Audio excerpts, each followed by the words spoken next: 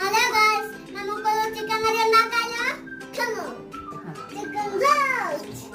വേപ്പില, ഉള്ളി, ചിക്കൻ, മുളക് പൊടി, മഞ്ഞൾപ്പൊടി, ഇഞ്ചി, വെളുത്തുള്ളി പേസ്റ്റ്, ഗരം മസാല, വേപ്പില, മഞ്ഞൾപ്പൊടി.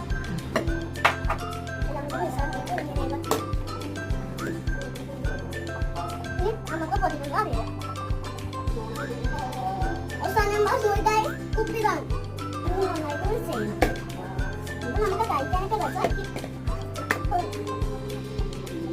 ഇത്തിരി പാവ നല്ല ടേസ്റ്റ്. ഇനി നമുക്ക് എണ്ണ വയ്ക്കാം.